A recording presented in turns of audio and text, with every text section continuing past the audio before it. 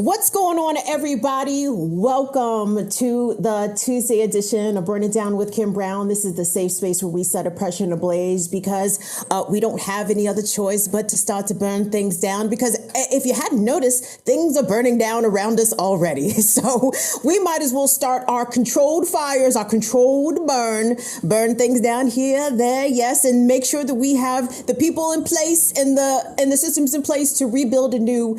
Because we live in very dark, trying times. And I don't think that's hyperbole by saying that, everybody. And I am certain by the response we're getting from the title of today's show that I think a few of you probably feel the same. Can you remain mentally healthy as America descends further into fascism? And should you even try?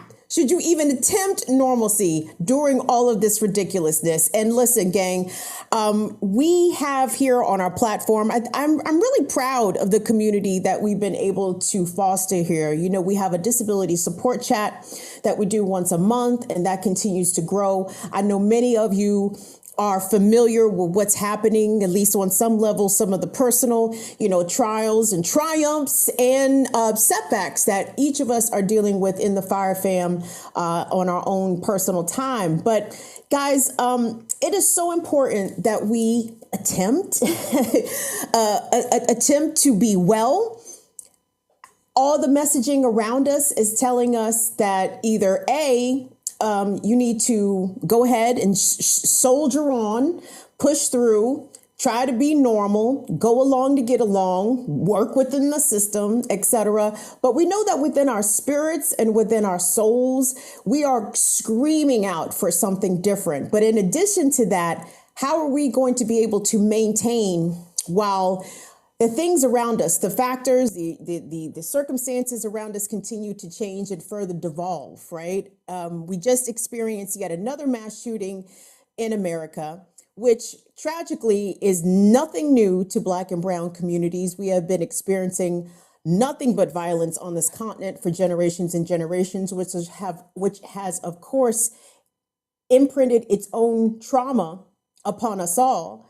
But as we are living here, right now, in the present day, in the midst of mass violence, global climate catastrophic collapse, as we are dealing with our rights being rolled back in this country, it's a lot. It's a lot to deal on your little head. Or, well, some of us is little head. My head is not particularly little, but you understand what I'm saying here. Well, gang, today I would like to welcome a very special guest. Somebody that I believe has a lot of insight, wisdom, training, experience, who can help us, I guess, give voice and identify some of the things that we are collectively feeling as a society. Oh, by the way, pandemic, where we lost over 1 million people, most of them Black and Brown. Yeah, this is ongoing cascading trauma that does not seem to end. So how do you deal? How do you deal? How do you make sure you deal, your family deals, your children, your parents? What can you do to make sure that not only you remain healthy, but your mental healthiness can expand out into the community at large? Guys, join me today as we welcome Dr. Nyasha Grayman.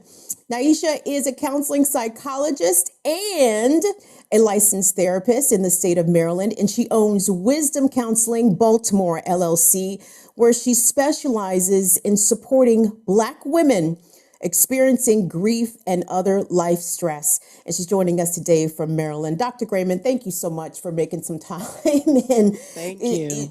Black women experiencing stress. Present. I am here. Yes, it is I. Present. It is I. Listen, there's so many different places to begin, and I'm very interested in your approach to your work in counseling psychology and the work that you do as a therapist. But as we are here in this very, I guess, unique to us moment in 2022, Black people, brown people living in America, as it seems as though the empire is about to fall down on our heads, we are still being pushed with the messages of, hey guys, no, everything is back to normal. It's okay. Hey, Essence Fest was this weekend. Girl, you going to New Orleans? Like, there's a lot of crazy messages, at least that I'm receiving, Dr. Grayman. And let me be clear, like I know that what you're about to share with us is going to benefit our community here, our Fire Fam, and everyone that comes and watches this video later. But I have to tell you, I did invite you here for selfish reasons because I feel as though I am struggling. I feel as though I am struggling personally as someone doing the kind of work that I do. But I know this struggle is being felt by all across the board. So tell us what is there such a thing as collective trauma? And do you think that's what we are in the midst of, or another version of experiencing that as Black people in America right now? Oh, I Is that too absolutely loaded think of a there's, question? yeah. So the short answer is yes, I absolutely believe that there's such a thing as collective trauma. If you think of yourself as a tuning fork, think of your body as a tuning fork. We all have bodies. The tuning fork reverberates. So if I hit a tuning fork and hold it up to another tuning fork that I did not hit, the second tuning fork is going to start to reverberate. And I think when we think of collective trauma, we need to think about that. We're all tuning forks and we're reverberating off of each other. And then think about what happens maybe then if both forks do actually hit. And then, the cycle ripples out. These are very trying times. And I'm coming to you with some training, and I know that's in part why you reached out to me, but I'm also coming to you as a Black woman and a sojourner, a co-journer in this struggle. And I've had sleepless nights, probably like many of your listeners. I have felt moments of overwhelming anxiety, I'm sure, like many of your listeners, and moments of despair, like many of your listeners. And I think that what I've come up with right now, and it's a working plan, is that I try to feed more of my practice that leans into thriving than my practice that leads into surviving. I think we're always thriving and surviving, but a double-minded person is confused in all ways. And so I do think that you can typically only pursue one track at a time. And in such a weighty world, what I've come to again as a working solution is to invest a lot of my energy in a holistic wellness practice so that I have enough bandwidth to attend to all that's going on and to even think about the different options that are available to me. If I'm sleep deprived, I can't think clearly. If my breath is short, if I'm not taking deep breaths, I can't function well. So, I mean, I guess I'll start there, or I'll stop there as part of this start to say that I'm in this with you. And these are very difficult times. I spend a lot of time in quiet contemplation and in the study of history and what lessons it has maybe to offer us. I watch shows like yours where I feel like I develop a stronger political education and consciousness, and other shows on Black Power Media to help me develop my own political consciousness muscle. And they said I try to feed the thriving track because at its core, or at least a piece of its core, when we think about that real feeling of despair, is a sense of helplessness, that you feel completely out of control. Things are out of your control. You don't have options. Things are always happening to you. And while this world is very chaotic, one of your shows reminded us, and I revisited that show before we got on together, one of those shows reminded us that chaos is actually the norm and that the moments of progress are the outliers. And I think those of us who are existing in this particular generation, people like yourself, myself, we grew up we came of age during an outlier time. And so it's very difficult in terms of the feeling or the perspective, the feeling and the perspective and the thought that what we're experiencing in terms of rollbacks is very unique and catastrophic. It is important to remember that your feelings are not facts and your thoughts are not necessarily truth. You said so much there. First of all, shout out to Dr. CBS, a whole prophetess out here, because I think that's the Indeed. episode to which you were referring when Dr. CBS said that, hey, all them rights and things that y'all thought was cute, them things could be rolled back tomorrow. And she said that Right. months ago, and she was correct. So shout out to Yes. Dr. CBS in her prescience. And you also said co-journers. I want to shout out Dr. Tama and her homecoming podcast, because that's the only other Awesome. place I think I've ever heard that word is co-journers. I'm like, Mm-hmm. where did I know that from? I said, that's Mm-hmm. Dr. Tama. Dr. Tama has said that Mm-hmm. word as well. So shout out to Dr. Tama. And the Mm-hmm. other thing, I mean, you said something, you said a word right there with the generation, because Generation X and I suppose millennials, we were supposedly the beneficiaries of the civil rights movement, of the voting rights movement, which to a large degree we absolutely were, and for the reproductive justice movement that allowed abortion to be constitutionally accessible, available for women across this country. And now that we're seeing voting rights being rolled back, women's autonomy, bodily autonomy being rolled back. More blatant violence coming from the police state exclusively against Black bodies. And then on the flip side, we see white mass murderers be taken in without incident, to directly quote the police. But there's so much to unpack, but I wanted to circle back to what it is that people are experiencing, because I feel as though the get up and go no matter what, the messages that we receive from capitalism, the messages that we receive from the media, as though we have not experienced a collective traumatic time during the pandemic. And also, those who are still very much taking the pandemic seriously are being gaslit, harassed, openly mocked for wanting to protect their health and protect their loved ones. So it's like we're experiencing all of this push and pull, which speaking for myself personally, I can't recall ever feeling it to this extent, to this level. If you are a person whom I believe, like probably most of the people watching this show, who see the world and understand that, yes, there's racism, there's misogyny, we're experiencing global catastrophic climate change, in addition to all these things. But I'm trying to see this straight and narrow, as opposed to be influenced by no, everything's not that bad. Sort of, pick up and carry on, just go to work, put your head down, do what you need to do, handle your business, secure the bag. These goofy messages that we get that number one, exhaust us physically and exhaust us mentally. If you know that shit ain't right, Dr. Grayman, how are you to comport yourself out here without being gaslit into people thinking that you're crazy? Right. This is challenging. And I actually don't know if I have a good solution to this. Dr. Tama talks about this a lot in her homecoming podcast, and even in her words of affirmation and comfort.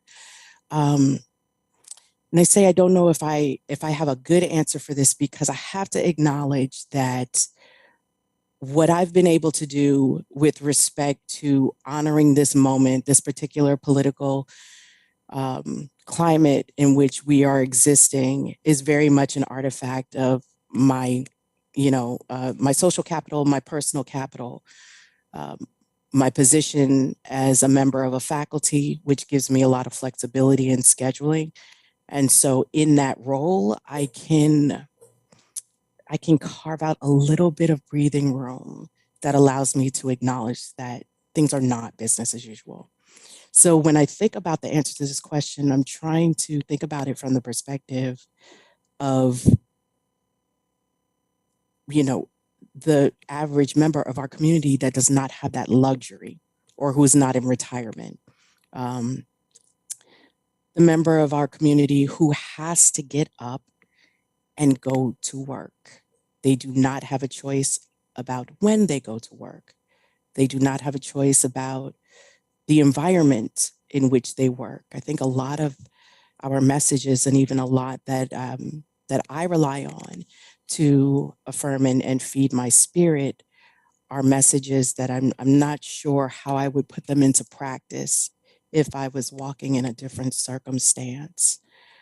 But I think that we are in dire enough situations to warrant everybody taking seriously the idea of trying to walk another way and trying to cultivate another life for yourself, one that gives you just a little bit more choice and a little bit more freedom and a little bit more breathing room in a very suffocating society. And there's a number of our viewers who have done just that. I know people who have in this chat have walked away from their jobs, decided to take a new path, even though the path unknown or the road less traveled was not, very brightly illuminated. A lot of times people are walking out here on faith, for the simple fact that the situation that they are leaving is stressful to the point that it's physically harmful, it's mentally harmful upon them. What have you noticed over the past couple of years from your clients in your practice? What are some of the overlapping messages and struggles that black women who are coming to you seeking your help? What are the common things, the reoccurring themes that you are seeing play out? Yeah. Well, I specialize in grief and bereavement therapy primarily. And so most of the women are coming to me bereaved, but inevitably they're all having to negotiate work and workplace and work life as part of that journey. And so it does come up with respect to the degree to which their workplace is or is not understanding, the degree to which they feel they can or cannot stay in a position or stay at their workplace, and the degree to which they do and do not feel like they can affect change at their workplace. So it does come up as part of the grief journey for the women I see. And I wanted you to share with us about the approaches that you take in your practice, because you tweeted, "I advocate for an ecological approach to race-based terrorism, traumatic grief, and healing intervention." Race-based terror is something that we continue to experience to this day.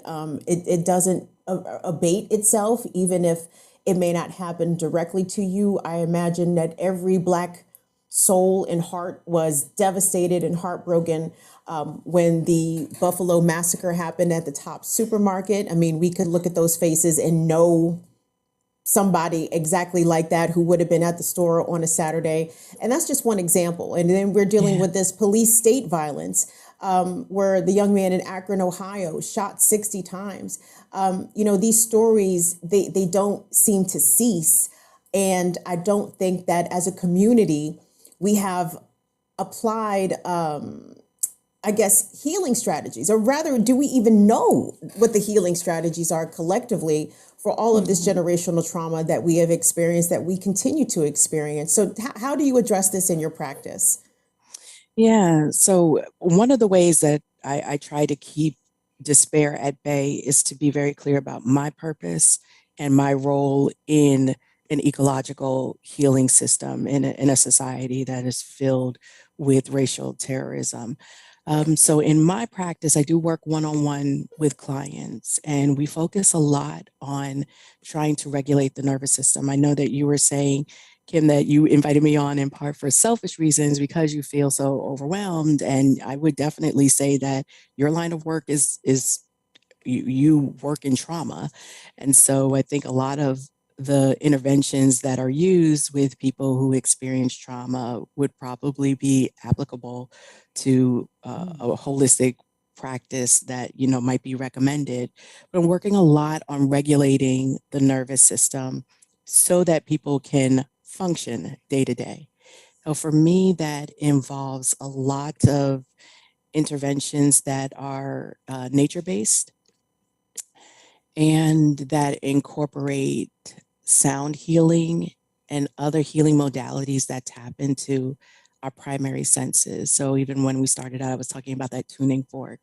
And my goal is to be present with clients as a low vibration. This is actually at one situation where low vibration, you know how we always say vibrate higher, vibrate higher.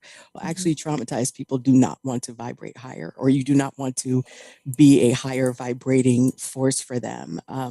The nervous system is already so activated, it's actually low tones and a low vibration that can be more soothing. So that's a big part of what we focus on, in addition to aromatherapy techniques, and we focus a lot on sleep hygiene.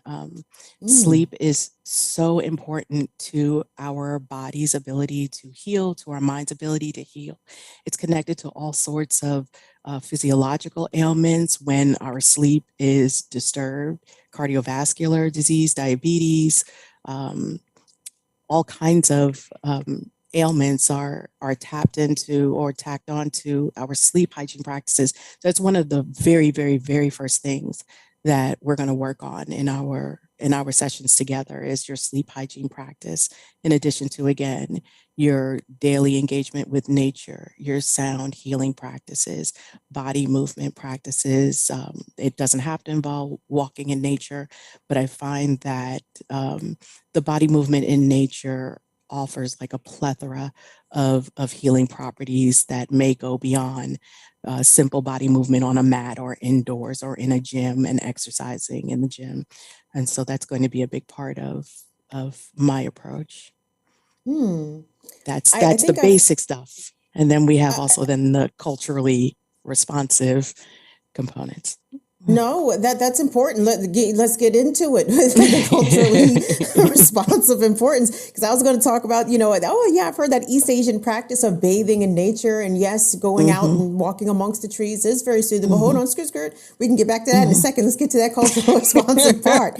Let's get to it, because girl, I got some frankincense. I can go burn it. I will get on that aromatherapy. But talk to me. What is this cultural responsive part? Like, what is the ways? What are the things? Well, I mean, we already do them. I mean, they're indigenous to us. We already practice them. And I've said this before, I think my goal is to facilitate practicing them with greater intentionality, with greater frequency, with greater depth, with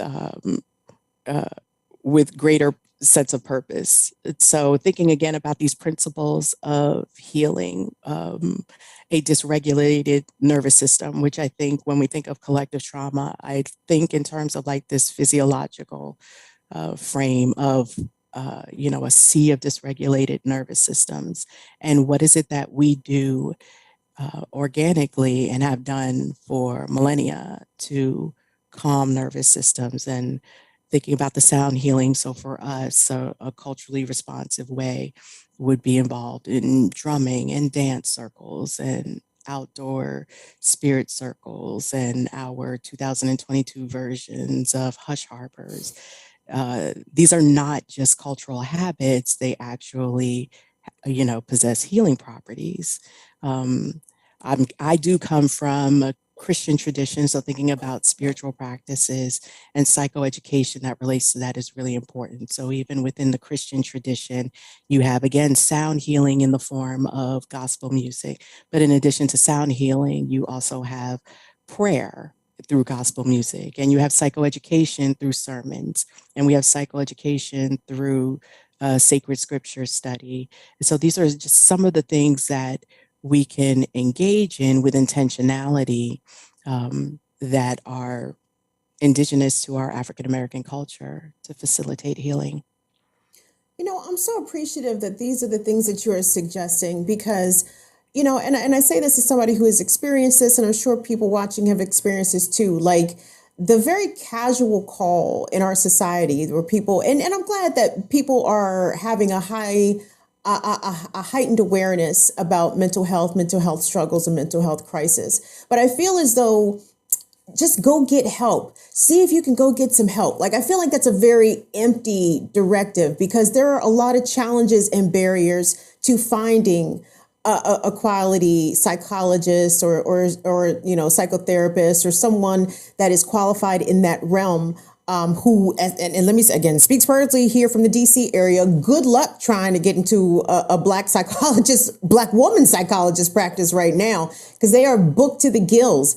And for women and people who come from marginalized communities, you know, and again, let me speak for myself personally. I don't want to go see a white man doctor and talk to him about misogynoir. And I got to explain racism and the ways that, you know, I stand at the intersection of racism and sexism and whether or not this person's belief system even entertains what my experience has been. So I'm really appreciative for you offering suggestions about how to self-calm, self-soothe, because you may not have access to a licensed professional that you can bend their ear, so to speak. Right. And one, as you said, that is right for you. And I mean, one thing we know is that when we're bereaved or traumatized is that our cognitive capabilities are taxed. So the last thing anyone wants to do is then go sit in intimate space, whether in person or virtual, with someone that they then have to expend additional cognitive energy while they're also trying to work on their healing.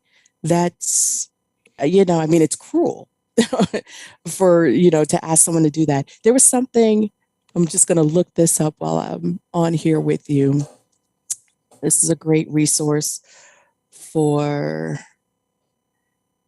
folks who would like to see a therapist, but do not think that they can afford one.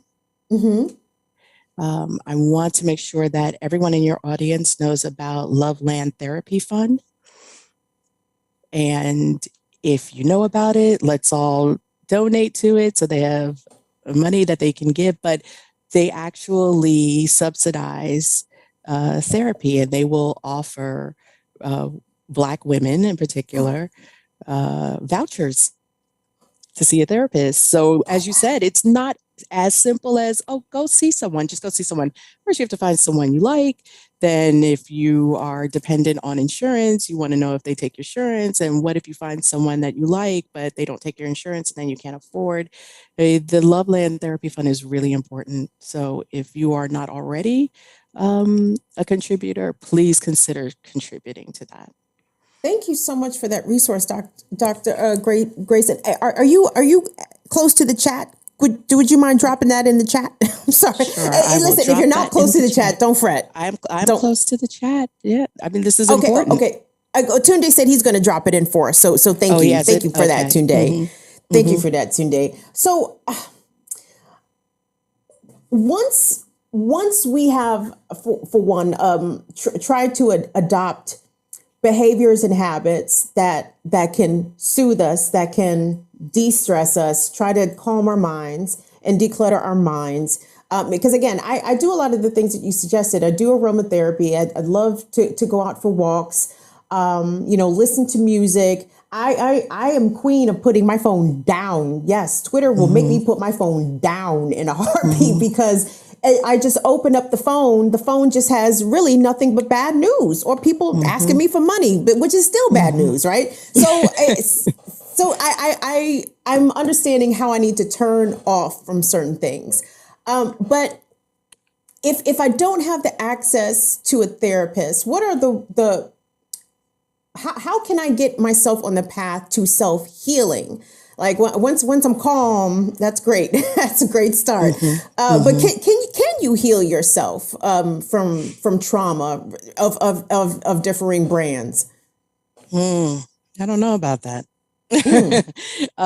You said once I get myself calm. I don't know if there is a kind of a destination of once you get yourself calm. I mean, the very definition of trauma, its most basic level, is an overwhelming of your system.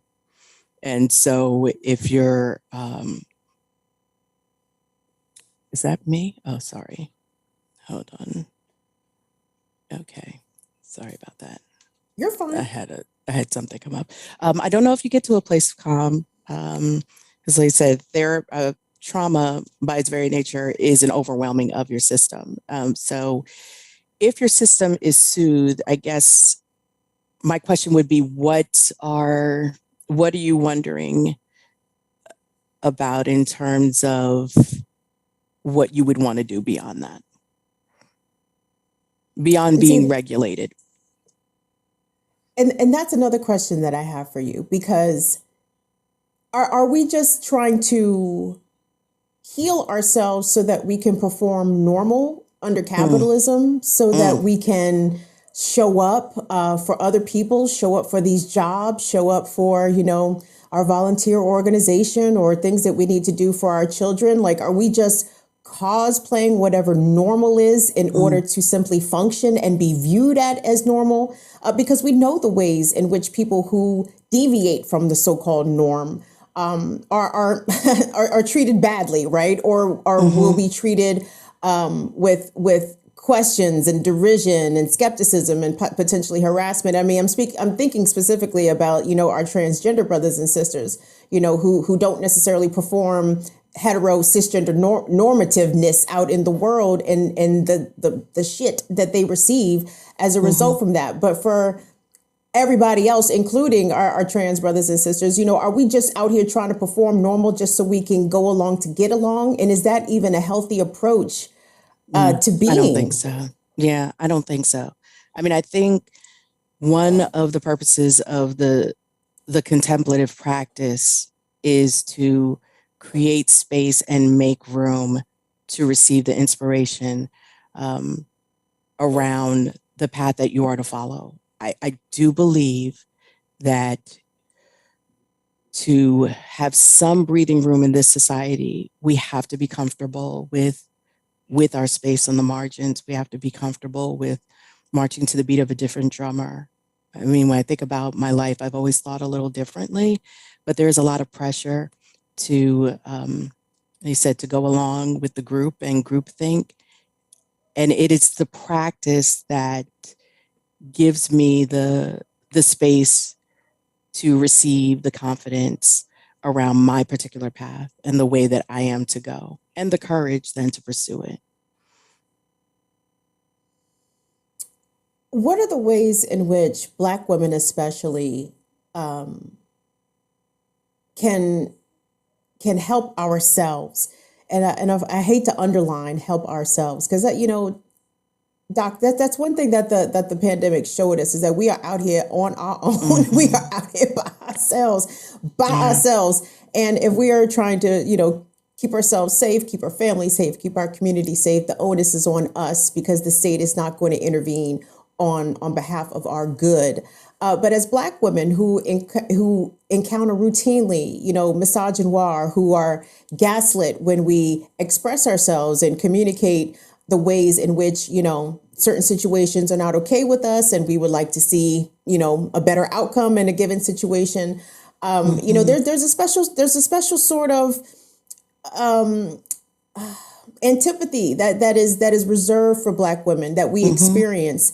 What Mm-hmm. what advice do you have to Black women out here who are facing these things day in and day out? We may face them sometimes intracommunally, depending on the situation, and then how that is, how we are slapped around by white supremacy. I mean, Mm-hmm. maybe that's not the best terminology, but you understand what I'm saying. I mean, white Mm-hmm. supremacy is like Black women. We are coming for you to pull you Mm-hmm. apart on every Mm-hmm. level imaginable. Do you have any Mm-hmm. specific advice and suggestions for Black women? I don't know if I have specific advice or suggestions, but I think it goes back to my thought that you have to have a practice that gives you clarity on what I would call it Blaxit or Blexit looks like for you, what domestic maroonage looks like for you, what quiet quitting looks like for you. Um, what, Wait. what What was that second one? Run that back. Run that back. the Hold third up. one, quiet The quitting. second one. No, girl, Oh, I heard domestic quiet quitting. maroonage. Domestic maroonage. Tell me, what is that? What is domestic maroonage? I've been thinking about this for a while, actually for years, maybe close to a decade, of what it means to try and carve freedom space in a place where you're not really free. And I think the best I've come up with in terms of what what that looks like in my imagination is my version of domestic maroonage, or where I'm kind of hidden in plain sight. And I haven't worked it all out. And so like, other people, I'm not necessarily ready to talk about all of that publicly, but I don't have a prescription of what that looks like for you. But Mhm. I do believe, and this may be the optimist in me, I do believe that there are always options, and that the perception of everything is just happening to you and you have no agency and no power to control any outcomes, I think is an illusion. I don't think we have the control maybe we would like to have, but I don't think that we are without options. And so it's through, again, my recommendation really is around that deep contemplative practice that you prioritize and not tack on in between different things you're doing, but that this is what you do first. You are militant about your sleep hygiene. You have a morning hydration and fiber intake practice and body movement practice and sound healing practice. And you surround yourself by sounds throughout the day that are going to heal your nervous system so that when you have to face the society and the environment, you are well suited. But the advice is that through that practice over time, you create space for yourself to receive the information on how you can try to experience some freedom in a society that is not designed for you to be free. I appreciate quiet quitting as well. You can give us a definition for that if you'd like, but I think I understood quiet quitting because I'm like, ooh, I think I have quiet quit several times in a variety of different situations. I know I have quiet quit in a lot. And I don't even know what she means by quiet quit, but I know You're I like, did but I it. know that I've done that. I mean, I think all of those ideas exist on a continuum. When I think of quiet quitting, though, I do think about, now I'm thinking back to how I started and said, that some of the practices I'm acknowledging that I'm speaking of from a particular place that allows me flexibility in my schedule. But I do think there's a way that everybody can quiet quit and they can have their version of it. And it's for those of us who can't necessarily take the great leap to the great resignation. We actually, oh, hold on, the family is in the house. Give me one moment. Listen, this is a family platform. The language, you may not think so right away, but we appreciate people's families here. Gang, do me a favor, hit thumbs up, give us a like on the video. We are speaking with Dr. Nyasha Grayman. She is on Twitter at Womanist Psych. You need to follow her on Twitter. Dr. Grayman, you back with us? I'm back. So Wonderful. Quiet quitting. Yes. So this is what I think. I think everybody can have their version of quiet quitting. Like I said, for those of us who can't necessarily join the great resignation and, submit our letters and leave because we need our checks, because we do live in a capitalist society. This is my tension. I don't think I know enough about other economic systems and what it's like to live in them to say for sure that I would prefer another. I know I don't like this and this does not work. And also I know that for now I have to exist in this in some way, just day to day. And so quiet quitting is another option in which you are existing and taking care of your basic needs that the society requires. It requires capital to do that, financial capital, money to do that. But it doesn't require you to give your spirit, your soul, your heart to these organizations and systems that hate you. Mm-hmm. And then there's the ways in which Black women and Black people and non-white people are penalized for that quiet quitting. Oh, what do you mean you're not coming out to the bar with us, Keisha? Come on, we're just going out after work. I don't want to hang out with you.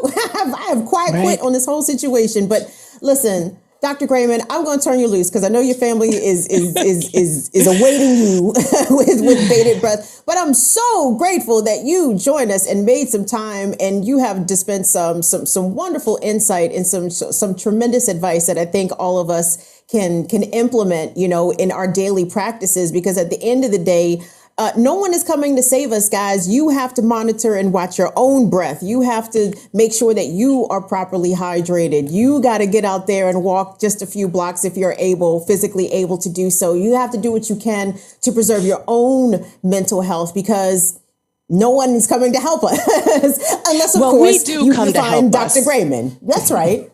Yeah, That's we right. come and help Well, us. So you do those things on your own, and the community joins in and meets you there. Yeah. well said. You guys, we've been speaking with Dr. Nyasha Grayman. She is a counseling psychologist and also a therapist licensed in the state of Maryland. She owns Wisdom Counseling Baltimore LLC, where she specializes in supporting Black women who are experiencing grief and other life stresses. You can find her on Twitter at Womanist Psych, PSYCH, Womanist Psych. Dr. Grayman, thank you so much again for joining us on Burn It Down with Kim Brown. Thank you. Thank you for having me, Kim. All righty, gang. That was great. I feel, listen, when she first even logged on to the meeting, when she first spoke, I said, like I could feel the tension. Like I have a little bit of stress came out of my shoulders because she has such a soothing affect. Like I felt soothed immediately. And so let me stay in this moment of soothe before we get into some news fuckery. But I want to thank everybody who is rocking with us right now. Do us a favor, thumbs up on the veds, subscribe to the channel. And if you guys are able, support the channel this month by becoming a patron on patreon.com/BIDWKB.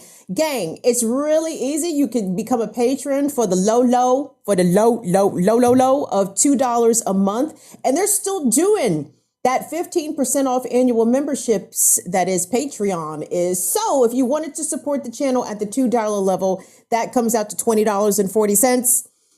For the year. And I think at the $5 level, that's like $50 and some change for the whole year, though. So we won't be hitting you over the head at all, really, on a monthly basis if you sign up for a yearly membership. We have a lot of yearly sustaining patrons, so we want to thank you all for that. And because I know we're about to go, like the scammers have already told us the recession is nigh. Okay, the recession is on the horizon. The scammers, by the me, I'm talking about Janet Yellen and Jamie Dimon and the rest of the scammers, huh? I'm sorry. Okay. Yes, all the rest of the scammers, they have given us the heads up that the recession is on the way. So we need that $20.40 before that recession kicks all the way in. And of course, you can support us through other cash links as well. Shout out to Courtney ran us some bucks today via Cash App, $BIDWKB. Thank you, Courtney, so much for doing what you do. Venmo at WKB. And paypal.me/BIDWKB as well. And follow us places around the internet, Facebook, Instagram, TikTok at Burn It Down with at BIDWKB. We got a bump in subscribers. I mean, we ain't big time, but we got a few Jones. And I want to thank the good sis, Sabby Sabs, and the Women's Empowerment Roundtable that we had over on Sunday on Sabby's channel. Shout out to Delilah. And shout out to Zainab. Zainab doing the damn thing out there in Kentucky. And we will be announcing at the end of the show how you can support our first abortion fund. Well, not our fund per se, but because, America is fucked out here. And, you bitches don't have rights. The fuck? What y'all thought this was? Y'all thought this was a democracy, huh? Oh, you hoes don't have rights? So guess what? We're going to make sure them hoes keep rights. And I say hoes in a very lovingly way, and you guys already know what the hell I'm talking about. So every month we are going to be supporting a abortion fund that is grassroots on the ground. And we're going to be starting off in the most abortion restrictive states because at the end of the day, these pregnant people need these medical procedures. They need access to these medical procedures in the state overall. Federal government, Joe Biden included, because y'all already know Joe Biden for a long time. Somebody pointed this out today on Twitter. Joe Biden, for the majority of his senatorial career, was committed to overturning Roe versus Wade. He was big anti-abortion Catholic, right? Anyway, so the state is trying to deny pregnant people bodily autonomy, and we're not going to let it happen. So we are, as a channel, donating $50 a month. And again, because we're a small channel, we ain't balling.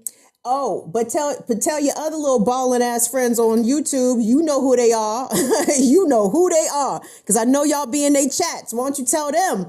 Match us. Match Burn It Down with Kim Brown. Shout out to Black Power Media. Black Power Media has agreed to match us our $50 monthly donation. Community movement builders. Shout out to Kamal Franklin has agreed to match us $50. So some of them bigger channels, I need y'all to put the press on them.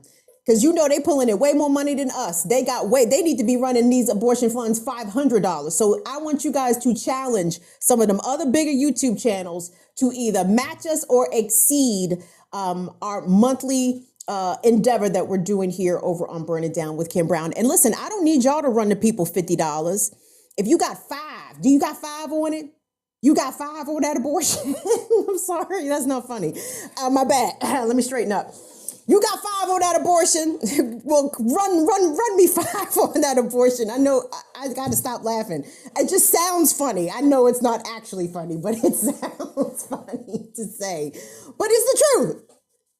Me say it more seriously. You got $5 on that medical procedure. Let's go. Match us $5 for the month, and you ain't even gonna run it today because this is going to be a month-long endeavor. And that first check, that first of the month check, I know you had to pay rent. I know you had to pay rent. So break us off with $5 on that 15th check, on that 15th check of the month. We appreciate that very much, guys.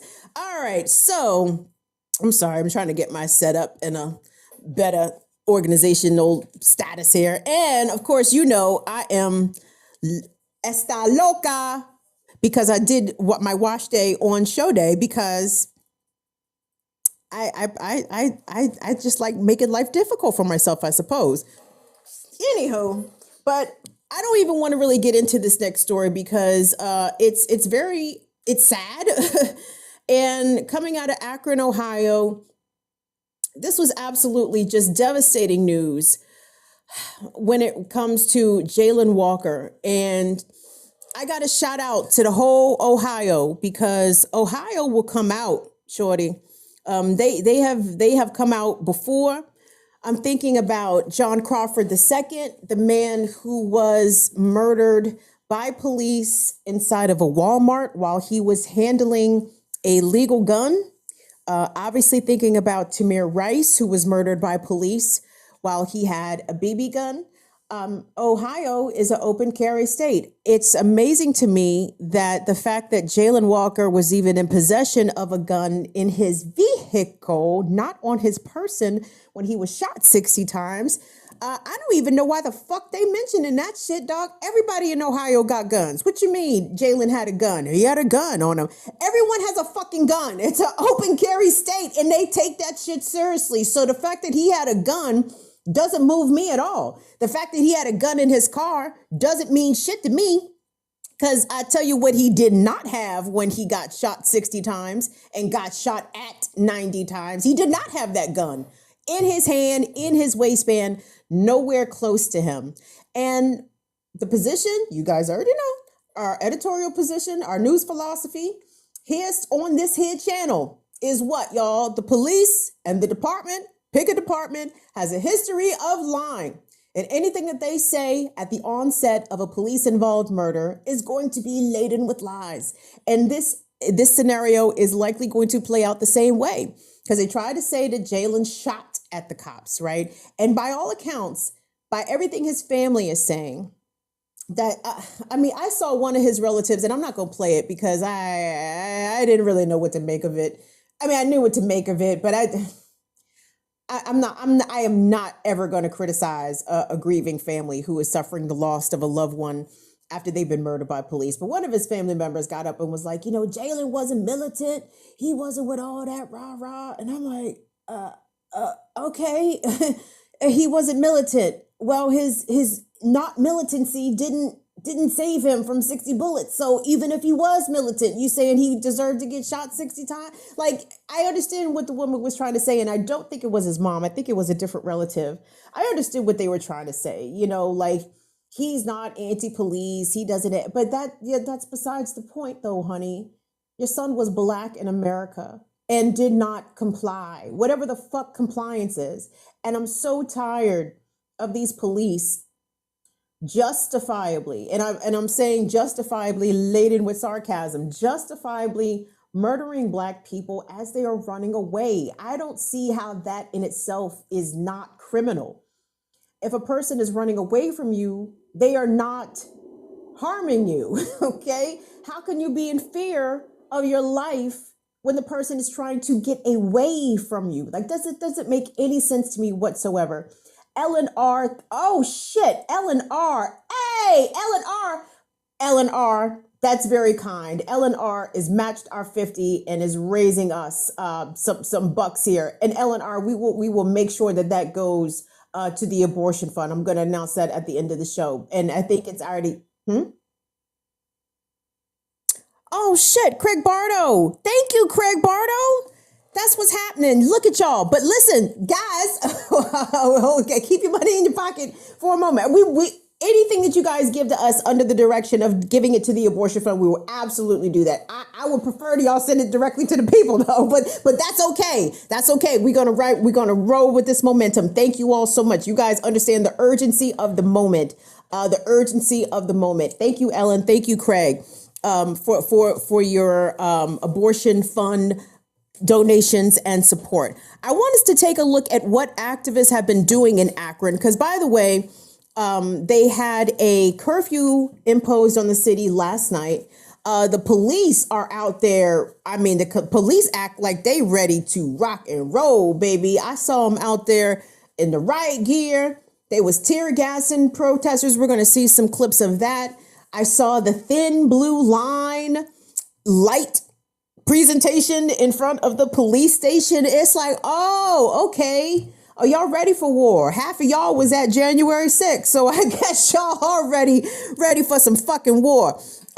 Let's check out B1 there, Tunde. So this is actually a clip from 216 Brandon. 216 Brandon is a multimedia journalist with WKYC in the Akron area. And this clip that we're about to see from Brandon, it's going to be of activists heading to the Akron mayor's home to demand change in police departments and in the community surrounding the murder of Jayland Walker and then the subsequent release of the police body cam footage, which was just, I can't even actually tell you what it was because, again, I can't.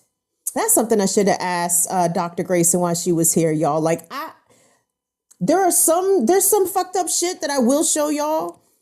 But we're not looking at none of that shit though. I'm not looking at now a Black person getting lit up with bullets by the cops. And you know what? To be perfectly honest, people on social media who very casually retweet that shit or repost that shit, fuck you, okay? The people who will retweet, and I even felt some kind of way about Nina Turner retweeting that shit. I'm like, listen, the man was shot 60 times. I believe it, okay? I don't need to see him be shot 60 times. And you don't need to traumatize me with this horrific display of violence against an unarmed, innocent person. I don't see the purpose that serves. And people who do that, I look at them very side-eye, like, anyway. Let's take a look at activists marching towards the mayor of Akron's home over this weekend.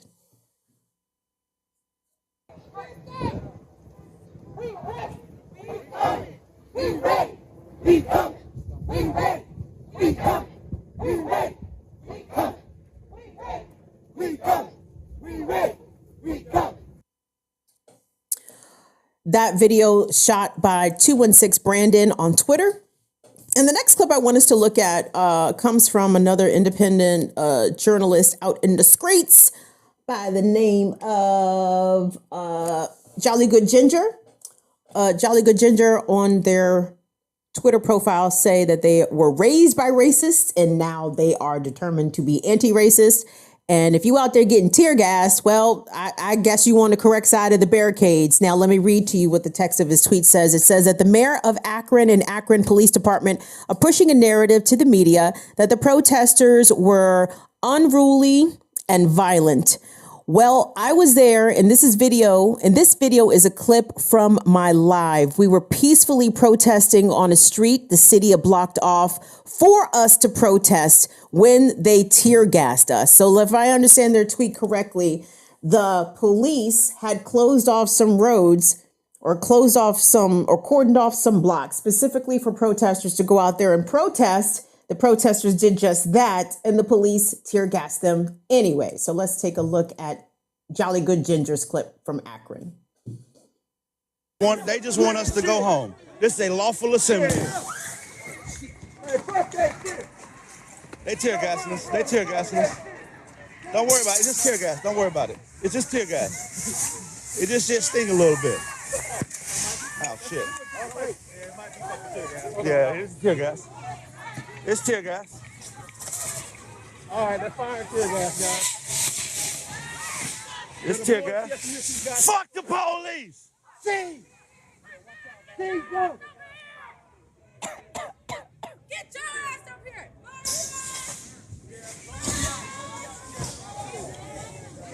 Oh, shit. Oh, shit. Oh, shit. Oh, shit. Yeah, fuck them. Fuck them. They still shooting it. Look at it. They still shooting it. All right, they got me. They got me. That's all right. Hey, look. Hey, look. It's all right. It ain't the first time I've been tear gassed. Ain't the first time. We good. We good. Hey, we good. That was just a little bit of tear gas. I just caught a couple whiffs of it. We good, baby. Let's go. I'm here to basically show you guys the aggressive posture. Hey, look, yeah, this is what's happening. So they're out there. Yeah, I'm fine, bro. A little tear gas. Look, in the Army, we used to get tear gas every quarter. Every quarter, we used to tear gas. So there you have it. Your right to peacefully assemble and protest, which we all know. We all know that does not apply to Negroes and their allies. You niggas can't be out here after dark. Get your asses in the motherfucking house. Can't be out here protesting because we done shot somebody up 60 times. I can't stand it. Some breaking news, guys. The Highland Park mass shooter has now been charged with several counts of murder. 7 people dead, 42 injured. After this white man, this very young white man, I believe he's 23 years old, decided to shoot up the 4th of July parade in Highland Park, Illinois, which is just north of Chicago. Robert E. Crimo. Is it Crimo or Crimo? He done committed plenty of crimos. This motherfucker, Robert E. Crimo III, who is a Highland Park resident. Oh man, it's just amazing to me, guys, how Jayland Walker, you guys know this, but a lot of people have said this exact same thing on social media. Let me reiterate. Jayland Walker getting pulled over allegedly for a traffic infraction. Which traffic infraction I don't believe the Akron police have said at all. But Jayland Walker, because of a traffic infraction, ran for his life away from the Akron Police Department. And because he ran away, because he fled, they lit him up with 60 bullets. 60 bullets. If it had been 6 bullets, it'd have been 6 bullets too many. The level of overkill and disregard for humanity to shoot up, to strike 60 bullets into a human body is absolutely deplorable, and it makes no sense. But Robert Crimo, he looked like Crimo, committing them crimos. Robert gets to shoot 40-something people, kill 7 people, and walk away. And they said that he disguised himself as a woman. All right. Disguised himself as a woman, walked home, walked to his mama's house, borrowed his mama's car, and attempted to flee the state. And when the police caught up with him, what happened? Robert, accused murderer, accused mass shooter, was able to surrender without incident, quote unquote, says the police. Oh, and Robert's been in trouble before. Robert had the police called on him in 2019 for allegedly threatening his family members. He allegedly said, I want to kill everybody. And the police showed up and they said, Mom and Dad, y'all got this? Okay. Well, Robert, we hope you feel better. Jesus Christ. Gets to kill 7 people, walk away, flee. Is currently in police custody, unharmed, uninjured. But Jayland is dead and beyond dead. His body literally massacred with bullets. And for what? Because he had the audacity to run. I don't know what calls for justice are. I don't even know what justice looks like if the police have shot you 60 fucking times. I don't know what the family wants. I know that they are calling for justice. And, I'm really kind of tired of these like abstract calls for justice, because at the end of the day, even if the family gets all the things, and I don't, it's the way I'm saying it is not the way I mean it. But what I mean is, like, if they have got the officers fired off the force, if the officers are charged and prosecuted, if there is a civil settlement reached, even if all those 3 things are met, which we all know, by the way, you can't really hit that trifecta. Not really. You know what I'm saying? Like, George Floyd's family was able to get Chauvin fired, convicted, and a settlement. That doesn't happen for everybody. Just look at what happened to Breonna Taylor's family and so many other countless people. But I mean, what does justice even look like? You gotta go inside that jail cell. The city has to break you off with tens of millions of dollars. The fucked up irony of families settling potentially here. Let's just, hypothesize for a moment. The fucked up irony of Jayland Walker's family settling with Akron police in the city of Akron for an undetermined amount of money. They're basically paying their own settlement. You understand what I'm saying? The taxpayers, everybody who lives in Akron is going to end up paying that. Not the cops, not the state of Ohio. I'm just exhausted by it. I am exhausted by it. And the fact that it doesn't end and it seems to get worse with the levels of depravity coming from the kinds of murders, the ways in which police will murder us out in the community. Dr. Grayson is right. Like, I never fully viewed like journalism or media as being like a traumatic sort of career path. And this is why I should have stuck with fucking urban radio. I should be gossiping about fucking Justin Bieber. I should have saved myself the goddamn headache. I should have just talked about absolutely nothing. I should have been on the Breakfast Club. I should have done a lot of shit. I should have. But that is not the path, y'all. That is not the voice that is true to me. Like, it is important. The freedom and the conditions of my people are more important to me than ever being pop culture famous. You know what I'm saying? Like, that shit is trivial to me. That shit is nonsense to me. Like, and even some of y'all may agree or disagree. I may not even do this shit the best, but I do it in a way that is authentic to me, and I'm imagining that I'm trying to communicate that to all. I want you guys to understand that the shit I talk about is the shit I care about, and the people that I care about, and the issues that I care about. And y'all need to care about them, but y'all already care about them, because if you didn't care about them, you wouldn't fucking be here. So that's why I appreciate the shit out of y'all. I appreciate the shit out of y'all.